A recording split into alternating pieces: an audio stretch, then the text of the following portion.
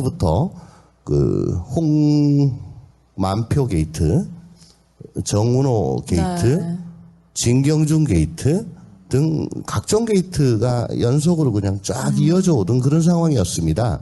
그게 전부 다 그게 검찰 개혁과 다들 관계가 돼 있는 거였어요.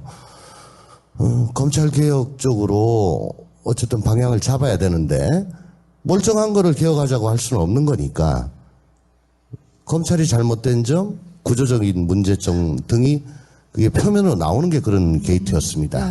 일단 그 게이트를 파고들고 또 그 과정에서 검찰이 실제로 어떤 문제가 있는지를 또 국민 여러분들께 설명을 하고 또 개혁 과제들을 이제 하는 과정에서 역시 또 우리의 참 명불허전 우병우가 있잖아요. 예. 우가부시라고 표현해요. 우가부. 최근에 제가 우병언이라고 그랬는데 하도 도망가가지고 이제 우병우까지 미치게 되니까 결국은 청와대 내부로 들어갈 수밖에 없는 거고 예, 그래서 최순실과의 그 연관 뭐 저만 아는 건데 뭐 그걸 또 대정부 질의에서 얘기해서 이제 게이트로 다시 이렇게 끌고 오고 1년 내내 게이트만 처리한 것 같아요. 예. 그러네요. 정말 네. 많은 게이트들이. 네. 그 청문회가 지금 한창인데 네. 그 청문회에서 김기춘 실장이 우리가 봤을 땐 계속 거짓말을 하고 있는 것 같은데 그거 직접 한번 보셨어요? 그날 마침 법사위가 있어가지고 제대로 보진 못했는데 직접 보죠. 뭐 누가 나한테 묻더라고요. 박영선 의원이 묻더라고요. 그 정윤회 문건을 뭐 자기는 가만히 있는데 내가 갖다 주더라. 뭐 그렇게 얘기를 한다는데 사실이냐 그래서 그건 구라다. 구라다. 그리고 또 우리 뭐 SNS 친구분들이 또 물어요. 그래서 구라임 뭐 그렇게 했는데 그분은 너무 빤한 거 가지고 그러시니까 좀 안쓰럽기도 하고. 그러니까 김기춘 실장이 그 당시 정천 비서관 공직기강 비서관에게 그 정윤회 문건을 한번 이렇게 돌아다니니까 조사해봐라라고 해서 이제 조사를 한 건데 지금 청문회에서는 그런 적 없다고 하니까 거짓말하고 있어요. 그러니까 자기가 자꾸 날아간다는 얘기가 있는데 왜 그러냐. 그걸 좀 알아봐라 하다가 저기 나온 거죠. 근데 정윤회 문건을 직접 그 소문도 수사하고 정윤회 문건도 만들어주고 했으니까 그때 제대로 청와대가 이게 감사가 잘 돌아가거나 이렇게 했으면은 그때 바로 잡을 수 있었을까요? 아니 물론이죠. 지금 박근혜 권한정직께서 권한정직께서 뭐 자기는 주위에 저런 사람들 둔 게 잘못이지 저 사람들한테 지시한 것도 없고 저런지도 몰랐다는 취지로 얘기를 했잖아요. 난 그 얘기가 너무나 참 가증스러운 게 만약에 그런 마음이었다면 2014년 그때 정윤회 문건이 문제가 됐을 때 자기가 그럼 한번 들여다봤어야죠. 이게 도대체 뭔 소리냐. 3인방이 어떻게 하고 있고 정윤회가 어떻게 하고 있고 최순실이가 어떻게 하고 있는지 자기가 들여다보면은 누구보다도 잘 알 수 있는 분이죠. 근데 뭐라 그랬습니까? 거의 이 사람들은 내 지시에 따라서 일만 하는 열심히 일만 하는 사람들인데 주위에서 뭐라 그런다고 자르면 누가 날 위해 일을 하겠어요. 그러면서 대면 보고 필요하세요 여러분? 호호호. 굳이 필요하나요? 예.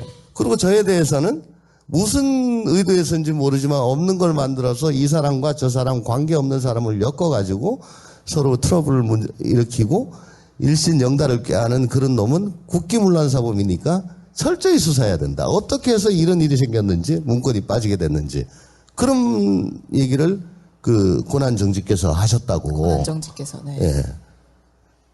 그러니까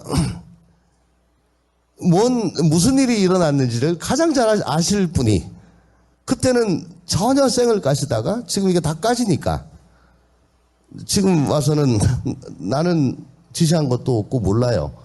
이건 말이 안 되는 거죠. 예. 하여튼 그 문제 때문에 이제 아까 말씀하신 것처럼 옷을 벗으셨고, 예. 예. 그리고 자전거를 그렇게 타셨다는데 네. 자전거를 왜 타신 거예요? 아니 이제 쫓겨나고 난 다음에 그게 2014년 4월 15일 날 유파이어드 되고 세월호 참사가 일어난 4월 16일 날부터 제가 출근을 못했어요. 그걸 어떤 분들은 그때 세월호를 뭐 침몰시키기 위해서 날 잘랐다 이런 음모를 말씀하시는데 그것까지는 그건 너무 나은 거고. 근데 제가 나갈 때 같이 근무하던 부하 직원들한테도 일단 너 아프다고 하면서 며칠 나오지 말고 몰래 짐 싸서 도망가라고 했어. 아주 모멸적인 방법으로. 예. 그러니까 직원들한테 갑자기 아파. 제가 공직생활 20 몇 년, 30년 동안 한 번도 그런 적이 없는데 그렇게 거짓말하고 이제 못 나가게 됐죠. 그래서 저는 어느 정도 사그라들면은 변호사나 할까, 원래 하던 변호사나 할까라고 마음을 먹었는데 5월 말쯤에 문건이 지금 이 정윤회 문건을 포함해가지고 거의 몇 박스가 나갔다 이거예요. 기자한테. 그래서 그걸 확인해 보니까 진짜 그래. 그래서 제가 청와대에다가 그거 회수해라. 우리 방에서 만든 문건들은 되게 누가 잘한다는 미담 사례는 전혀 없고 누가 이상하다, 누가 뭐 희한하다, 뭐 이런 거밖에 없기 때문에. 그거 전문이죠? 네네. 전혀 권한 정직에 도움이 안 된다. 빨리 회수해라라고 했는데 그게 무슨 그러니까 그 얘기를 제가 직접 안 하고 누굴 통해서 했는데 그 친구한테 그 조홍천이가 한 얘기니 아니다. 그걸 불어라.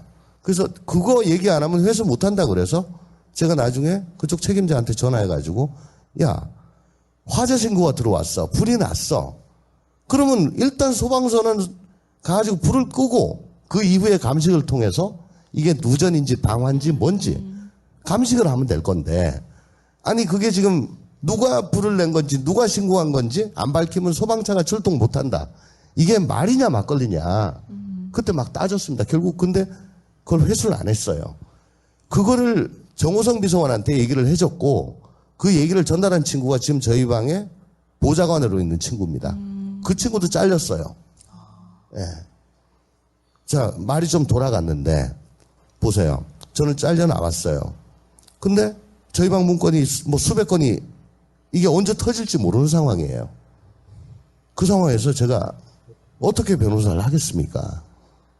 해봐야 언젠가는 이게 터질 건데 누굴 만날 수도 없고 하루 종일 저 혼자 살아야 되는데 할 수 있는 거는 등산하는 거 아니면 자전거 타는 건데 등산은 아무리 가면은 해도 속도가 느리기 때문에 제가 누군지 알아보는 사람이 있을 거 아니에요. 그래서 대한민국에서 유일하게 합법적으로 복면을 할 수 있는 자전거를 선택했어요. 그래서 자전거를 예. 쓰셨군요. 그래서 하루에 100km, 150km씩 정말 엉덩이 엄청 아픕니다. 근데 허벅지는 터지고요. 어쨌든 권한정지 덕분에 제가 하체는 엄청 강해졌어요. 예. 자전거 많이 타세요. 예, 부부관계가 좋아지겠네요. 그래도 네. 뭐, 뜻밖의 횡재 이런 거네요. 부부관계? 아, 가만 있어봐. 지금 19금 얘기해도 돼요? 네, 뭐 우리 그런 방송이요. 계속해서 하고 있었기 때문에. 네. 안 타본 사람인데 자전거 오래 타면요. 득허 실부합니다. 허벅지를 얻고 불알을 잃어요. 전립선이 눌려가지고 전립선이 눌려서 부부관계에는 젬병입니다. 경험담이신가요? 아, 물론입니다. 그 어쩐지 의원실 근데 이게 정치인에게는 최고예요. 의원실에 소팔메토 하나 놔드려야겠어요. 놔주세요. 네, 오늘 유행어 하나 건졌네요. 득허실부. 네. 하여튼 그렇게 인내의 시간 거치고 이제 횟집을 하면서 다시 등장하셨잖아요. 네. 정윤회 집? 아, 그걸로 하려고 그랬죠. 십상스시. 맞습니다. 그래서 이제 뭐 저희 안가 옆 동네 바로 예, 얼마- 그렇죠. 150m 정도. 그 정도. 그래서 저희도 가서 많이 술도 얻어먹고 이렇게 했었는데 그리고 나서 이제 그 영입 제안이 더민주에서 갔고 입당했고 뒤늦게 남양주 쪽에 뛰어들어서 공천을 받고 선거운동 기간이 굉장히 짧았습니다. 할 수 있는 네. 기간이 그렇죠. 그래서 다들 어려울 거라 했는데 살아 돌아오셨고 얼마 안 되는 기간이지만 유독 고마운 분이 한 몇 분 계실 것 같아요. 누구 네, 뭐 가장 감사하고 아내분은 싶은 당연히 고마울 거고 사실 별주장에 가보신 분 혹시 계신지 모르는데 사모님이 엄청 미인이세요. 예. 그리고 저를 너무 좋아해. 이 작가 이 왔다 얘기를 그러면- 하고 싶으셨던 거죠. 이 작가 왔다면 너무 좋아해. 그래서. 장모님 술 너무 많이 드셔요. 네. 그래서 내가 좋은가? 내가 이렇게. 근데 취하면 옆에서 막 때려요. 근데 사모님은 당연히 할 테고, 또 정말 고맙다. 뭐 이렇게 한번 생각이 한 분 정도 날 것 같은 어떤 분이 그렇게 고맙습니다. 우선은 최재성 의원. 최재성 의원 정말 고맙죠. 여기 마포을도 역시 손혜원 의원 오시면서 정청래 의원이 전폭적으로 도와줬지만 우리 최재성 의원은 자기 선거할 때도 목이 쉰 적이 없는데 완전히 목이 갔어요. 예. 너무너무 자기 선거보다 더 열심히 했다는 게 지역의 평입니다. 또 자기 지역구를 비우고 저보고 오라고 그랬고요. 뭐 비우고 그거는 뭐 그런데 어쨌든 너무 열심히 하시는 바람에 제가 그걸 선거 기간 내내 지켜보면서 야, 대개 보면은 국회의원 뭐 무슨 기소가 된다거나 무슨 스캔들이 생긴다거나 그래가지고 어쩔 수 없이 그만두고 그래서 누가 와가지고 국회의원 하려 그러면은 그거 못하게 자꾸 방해하고 하는 게 이때까지 통례였는데 네. 이분은 그런 것도 없이 그냥 그만두고 또 자기 지역구에 온 사람이어가지고 그냥 목이 쉬어가면서 모든 걸 바쳐가면서 그렇게 하시는 거 그거 너무 감동을 받았고요. 그리고 우리 문재인 전 대표 사실은 그분 아니었으면 제가 지금 이 파란 옷을 입지를 못하는데 우리 가게로 찾아오셔가지고 깜빵에 있는 파란 옷은 입을 수 있어서. 숫자가 있는. 아니 근데 깜빵에 파란 옷은 개털이 입는 거고 범털은 녹색이에요. 녹색. 예, 예. 문 대표가 고맙다는 얘기 하다가 중단됐어요. 하세요, 아이씨. 계속. 예. 그때는 되게 원망스러웠습니다.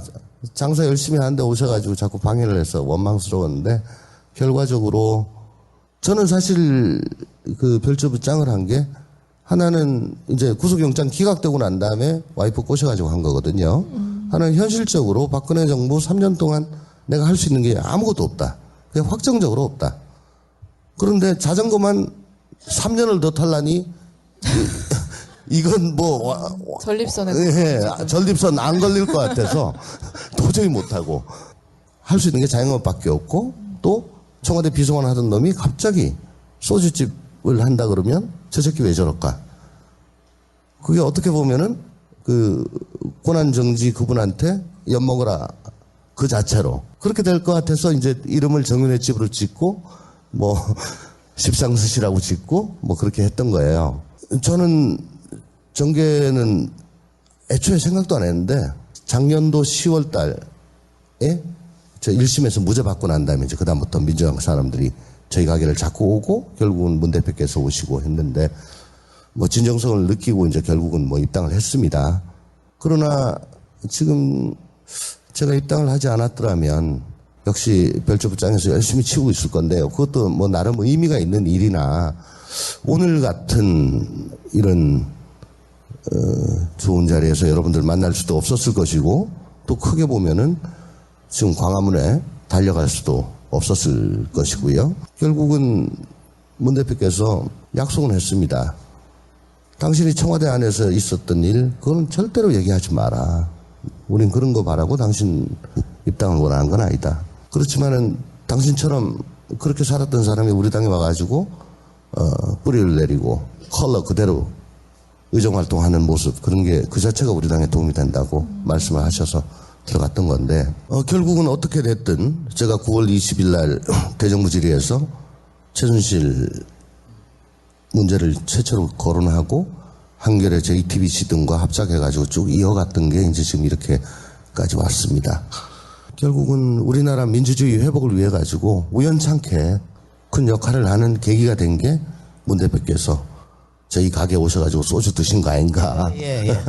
자, 고마운 분, 최재성 의원, 문재인 전 대표 얘기해줬고, 선거 결과가 박빙이었죠?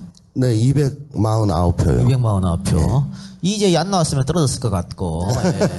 그건 맞아요. 예, 그 정도는 우리가 해줬겠지. 예, 너무 급해가지고, 네. 급해가지고 선거 직전에 우리 최재성 의원이 아마 섭외를 예, 예, 해서 예, 예. 이의제이 나갔어요. 예. 우리 오창석 우평당원도 좀 그때 도움을 받지 않았나요? 저도 한 2만 표 차이로 네, 그렇죠. 200이랑 조금 차이 많이 나지만 네. 하여튼 뭐 그렇게 했는데 그때 그 박빙의 승부에서 이긴 것하고 지금 지역의 평판은 완전 다를 것 같아요. 그래도요, 서울하고 수도권하고는 차이가 많습니다. 저희 지역 알아보시는 분들 엄청 많아졌지만, 그래도 서울 그냥 다닐 때 알아보시는 분하고는 이게 비교가 안 돼요. 아마, 출퇴근 시간이 서울보다 훨씬 길기 때문에, 언론을 접할 수 있는 시간이 그렇게 많지, 그러니까 상대적으로 적고, 그리고 또 빨간 버스 타시던 자리에 딱 앉으면은 일단 새벽에 나가셔야 되니까 눈을 붙이고 그냥 주무시는 것 같아요, 다들. 그래서 세상 돌아가는 거에 그렇게 관심이 없거나 관심을 기울이기가 힘든 구조 아닌가. 그렇지만은 최근 들어가지고 그래도 많이들 알아주시고 합니다.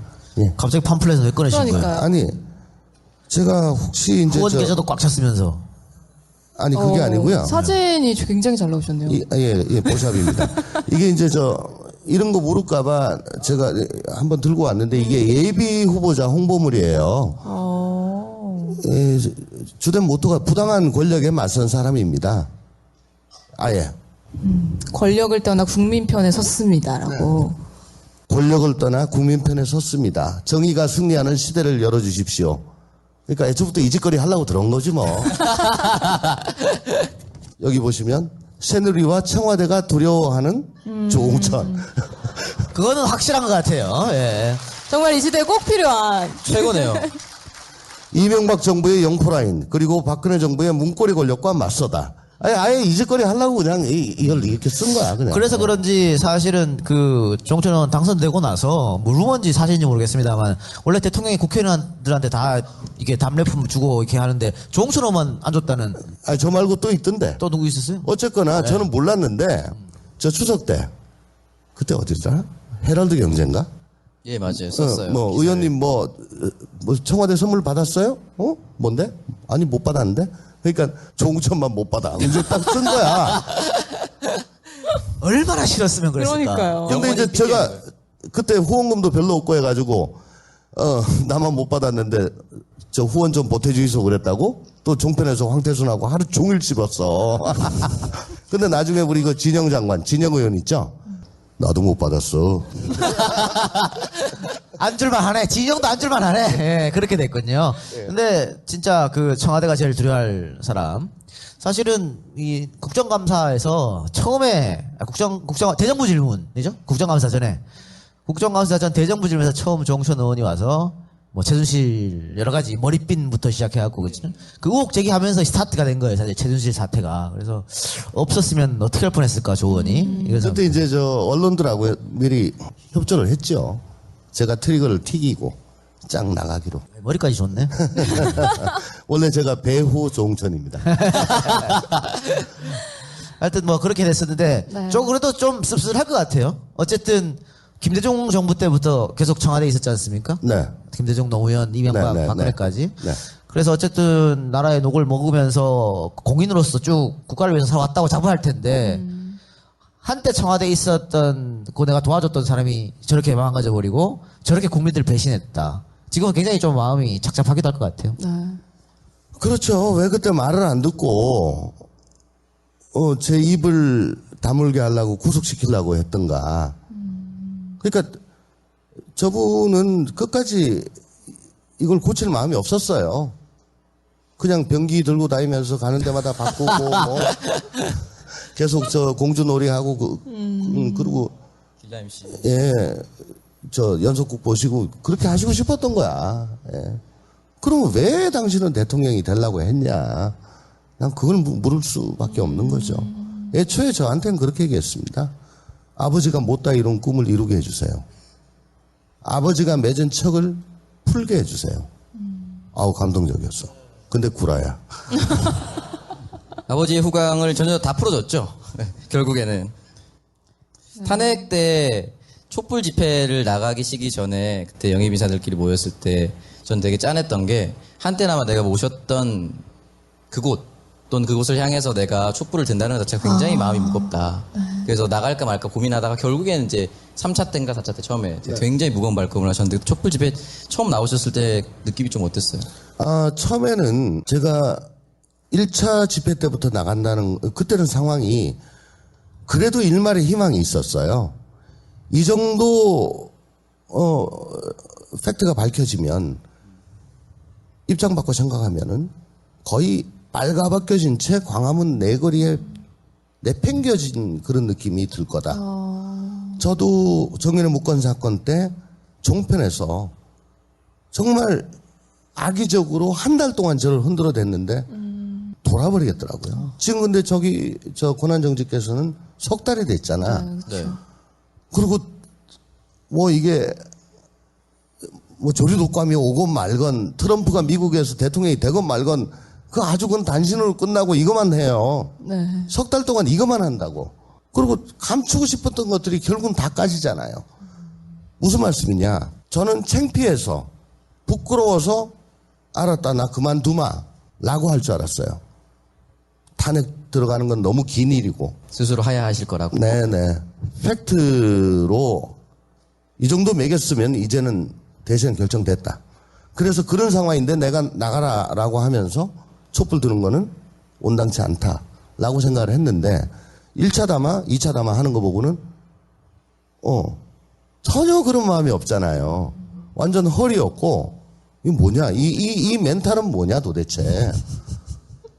쉽게 이해할 수 없는. 네. 창피해 죽을 것 같은데 지금 매일 나오고 있는 팩트 중에 그 어느 하나만이라도 여러분들 관련해서 신문에 언론에 하나 떴어. 그거 가지고 하루 종일 그냥 막 나와. 그리고 패널들이 종편 패널들이 막 뭐라 그래요.